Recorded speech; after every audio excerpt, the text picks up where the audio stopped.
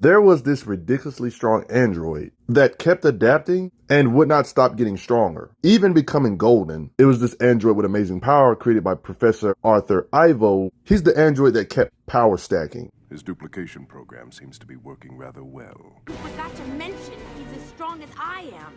He wasn't like that before. Somehow this thing's copying all our powers, just by looking at us. You come here and all you'll do is make him even stronger. I learn, but I also adapt and evolve.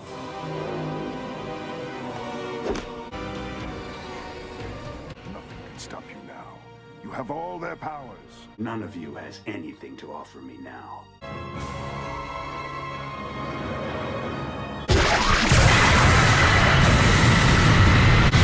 An intriguing idea, modifying the canon so that it could alter my programming. And it might have worked a month ago, when I was still nanotech.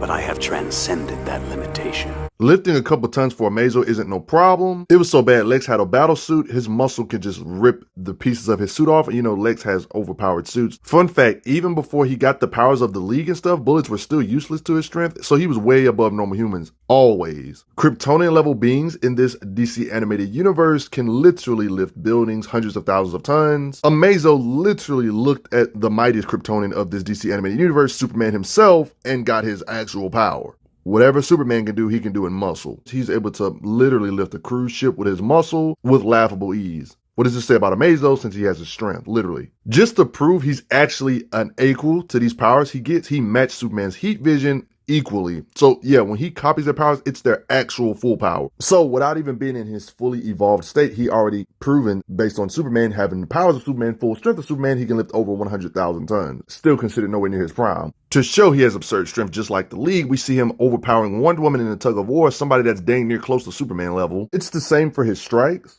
He has this kind of muscle, it would probably feel like a whole building falling on your face at the very least. We actually seen the weight of his hits knock out Hawkgirl due to literally mimicking the Green Lantern and the Ring. We seen him get the upper hand over Flash. But when it comes to this universe version of Superman's muscle, let's peel the layer back. He's able to divert meteors with his raw muscle. So should Amazo be able to do this too? You guys know how the Earth has continents on it, right? Not many, but it has a few. Like, you know, continents like Asia, right? Let's just say Amazo has the raw muscle to lift structures like this up. Just for those that don't know, places like Asia are over 500,000 times heavier than the largest mountain in the world, Mount Everest. Put that in your head. So yeah, lifting Asia is like lifting a whole bunch of countries up. The power needed to do that. And there's structures even heavier, like the moon, for example. Celestial body. These DC animated universe powerhouses like Superman and Green Lantern of this universe, John Stewart, working together are actually strong enough to move big structures like this. It was a team effort. They moved a planet-sized thing, a smaller planet-sized thing like the moon, Green Lantern, and Superman. What the heck do you think Amazo can do if he literally has this same being's powers? Literally. Along with all of Superman himself's strength. So if we assume he can do what they can do, Green Lantern or Superman, that would be like saying Amazo has the strength with his muscle to move the moon, whether he's using Green Lantern power or lifting the moon is equivalent to lifting 20 million Mount Everests at the same time. Like, that's the crazy strength we're talking about. If somebody has this kind of strength, what do you think his blast power or punching power would feel like? Yeah, the strength would probably be enough to move the moon too, with his strikes too. Because even in handbooks talking about this version of Superman, it's even talked about with the help of Green Lantern, they have tremendous strength to work together to move Earth's moon. So they doubled down on this feat. So his punching power or blast power is crazy, but it gets worse. When you realize Amazo has the power of all these beasts, including Wonder Woman, who he mimics the powers of, and he has her bracelet, so he mimics their power and standard gear. This can give you perspective of the DCAU's planet-shattering power because these characters are consistently fighting beings who they, quote, hit so hard they feel like they're getting hit by a whole planet, which is consistent with their planet-moving, moon-moving type of feats. He has her strength too. Since he has similar strength to Wonder Woman, she can take what she can dish out. Her durability can withstand a planet hitting her, she says, quote-unquote. That would imply things bigger than the moon could hit her, and she would be able to take it like a normal-sized planet would be able to hit her. This stuff should apply for Amazo too, durability and his striking power. Implications of these guys' power, moon splitting power. When you really analyze how durable this version of Superman is, this makes him look more impressive. Destroy their sun. We destroy the sun. And how exactly do we do this? The eye. It contains all the power of the lantern's battery. It will rip that infernal star apart. This ball that has the energy to rip a star apart, like his body is right next to this. And the explosion was that wide, and he was right next to it and ate it. you see how the sun starts being green, implying it is going to rip it apart. It did stagger him for a bit. The sun was literally about to be ripped apart if it wasn't for this guy stopping the Starboy, a different character. Keep in mind that Superman is seems to be as good as new after such a blast. It was thanks to this Justice League versus the Fatal 5 movie in the DC Animated Universe. The DC Animated Universe powerhouse like Superman can withstand stuff that can easily destroy Earth and even destroy things way larger than Earth, like the freaking sun itself. And you know what this means for Amazo. He can damage these beings. He has the same powers as these beings. He's just as durable as these beings. You know what that means. It's really an oversimplification to say he has earth-shattering power. It's easier to say he has sun-shattering power with characters in this universe. Superman tier characters can withstand these kind of blasts. He can damage these beings. You get the idea. Even knock these beings out. Amazo has sun-shattering power and durability. I wouldn't be surprised if he can wipe out the solar system, honestly, with a crazy Green Lantern energy blast or some crap or something. I mean, it's the same thing for his speed, too. I mean, he literally looked at the Flash. The fastest member of the team, he blitzed Flash, and Flash couldn't even react to him. So if we assume he can do anything Flash can do in this universe, that just says a lot about his speed, too. The wormhole has to open exactly 7.5 minutes into the run.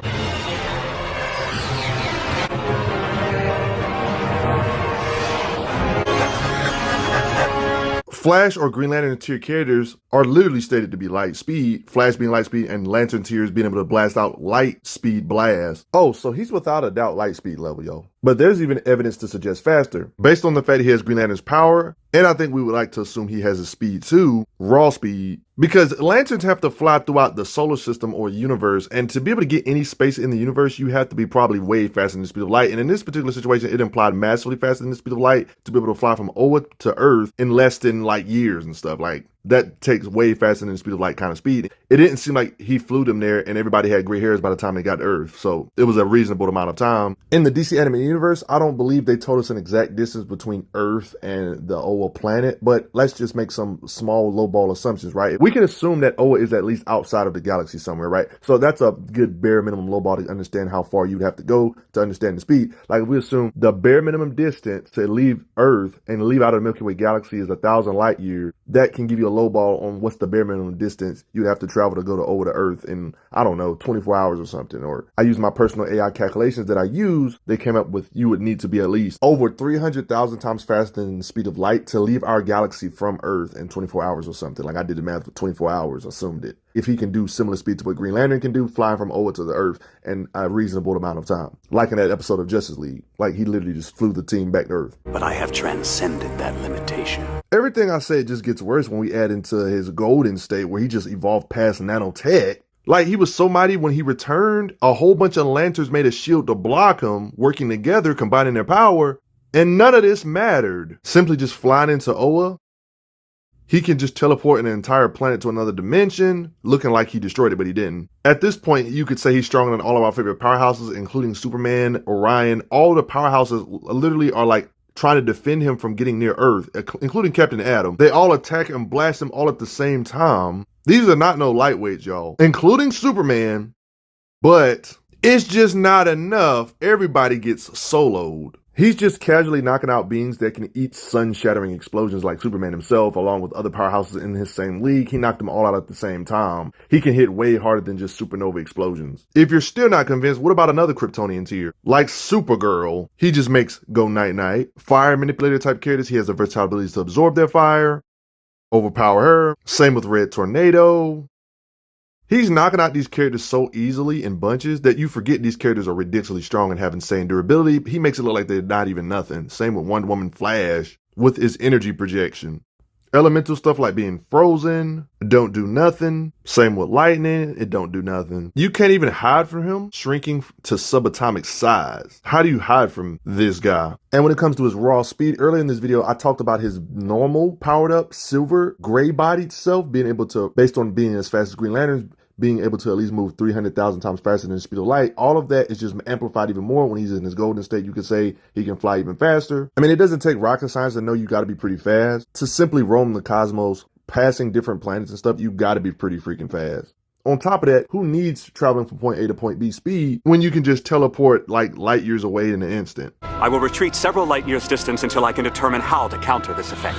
We talking about a guy that's basically unkillable because you can even blow his head off and he can regenerate thanks to having the power of Martian the Manhunter. We see his body get damaged here by Overman, for example, but not too long later, he seemed fully recovered or repaired. There's implications of his raw power even further because these comics do confirm that the universe is indeed infinite. The reason why I'm saying this is because during his travels, it seems like he discovered a different mirror place in the borders of infinity. Stated here, narration, it was a place that opened the door for him that is a cosmic force beyond even his refined perception, even in his golden state, where he can practically see infinite different versions of himself. Amazo getting frustrated, we see him strike this structure so hard to where it pushes himself back to where it kind of cracked this structure because he's still frustrated. This little thin crack started leaking out, and this is where all the catastrophe was starting to happen. It was starting to change everything. He kind of is the reason why the universe started busting up. The way they explain this mid room is that it wasn't a room in the true sense of the word. It was a place that existed beyond perception as we understand it. This kind of implies higher dimensionality, maybe. It's because of him busting up this place, I would assume. That's where the fractures occur, and that's where apparently the multiverse was breaking apart, shattering like glass, and he was the cause, narrated. These glass shards seem to contain actual universes in them, because it seemed like what he did caused like a chain reaction to where the universes were starting to slowly break down like glass. So while the stuff or universes were busting up, the android didn't really care. He was unaware of every action here rippled across creation, tearing time, space, lives, worlds apart. He kept reaching out, and that's what would condemn them to death. The League doubled down on this is that when all this collateral damage is happening, they straight up state that he's responsible. Amazo is responsible for this, even though Amazo didn't know he was. He caused all this just for searching for answers, just because he was out here evolving, getting better as time goes by. This mirror shattering stuff is responsible for the shredding of all reality, dimensional overlaps. In this comic, they talk about a mysterious being on the other side that's trying to get through. They're not talking about this Amazo, by the way. They're talking about something else that's trying to get through. Amazo is just kind of helping it get through thanks to the crack. He kind of inadvertently is helping this other mysterious being get through. The being that was threatening to come through was threatening the entire multiverse. The mirrors are linked to the multiverse. If you destroy the mirrors, the multiverse will go with it. Universes collapsing, as you can see them talking about it. Keep in mind, they haven't even talked about this mysterious being that's trying to bust through thanks to Amazo or whatever. But even then, they're talking about, or Batman believes with Amazo's power, he would have enough power to fix the mirrors or in turn fix the universe or help fix or repair the multiverse before it collapses. That's saying a lot about Amazo's power. If Batman is indeed correct about Amazo, which he probably is due to all the power he's gotten over the years, he would technically have the raw power to repair the universe or repair universes by repairing the cracks in his mirror crap. Based on these kind of scans.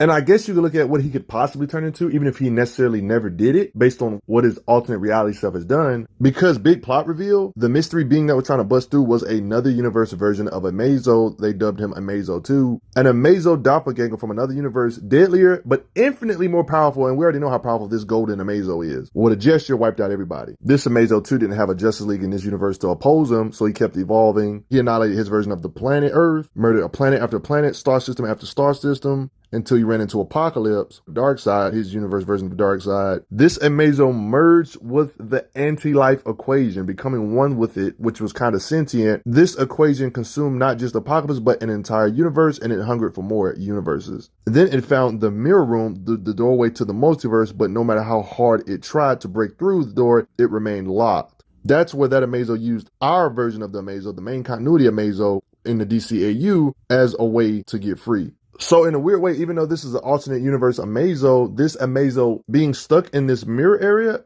that's kind of an impressive feat for the main Amazo that we know of, because he couldn't get out, even though he has the power to destroy an entire universe. The door remained locked. But when the golden Amazo, the main one I've been talking about through this whole video, went into this place, somehow miraculously he was able to crack something other being that was merged with the anti-life equation couldn't, apparently. Like, how did that even work? Did it lessen its durability? It's confirmed that the Amazo 2 is stronger, but how was he able to crack it but the other Amazo 2 couldn't? See, it's moments like this that kind of imply, even though he's weaker than the Amazo 2, it's implied that Amazo 1 is still strong enough to destroy universes. If something that can destroy a universe or absorb a universe couldn't, but he can still crack it, making the energies leak out. I mean, how else would you perceive this? Wouldn't that mean the golden Amazo, the one I've been talking about in this universe, can destroy the universe too? You know? Because we know this Amazo's above the one I've been talking about because he just gestures and knocks them out. It just kind of makes both Amazos look more impressive, even if one is stronger than the other, because all he needed was a doorway to the other universes, and apparently he has the raw power to wipe them all out, because that's technically what exactly we see happen when it comes to all of creation being wiped out by this ultra overpowered Amazo 2. They even spoon feed us the feats of the multiverse getting wiped out.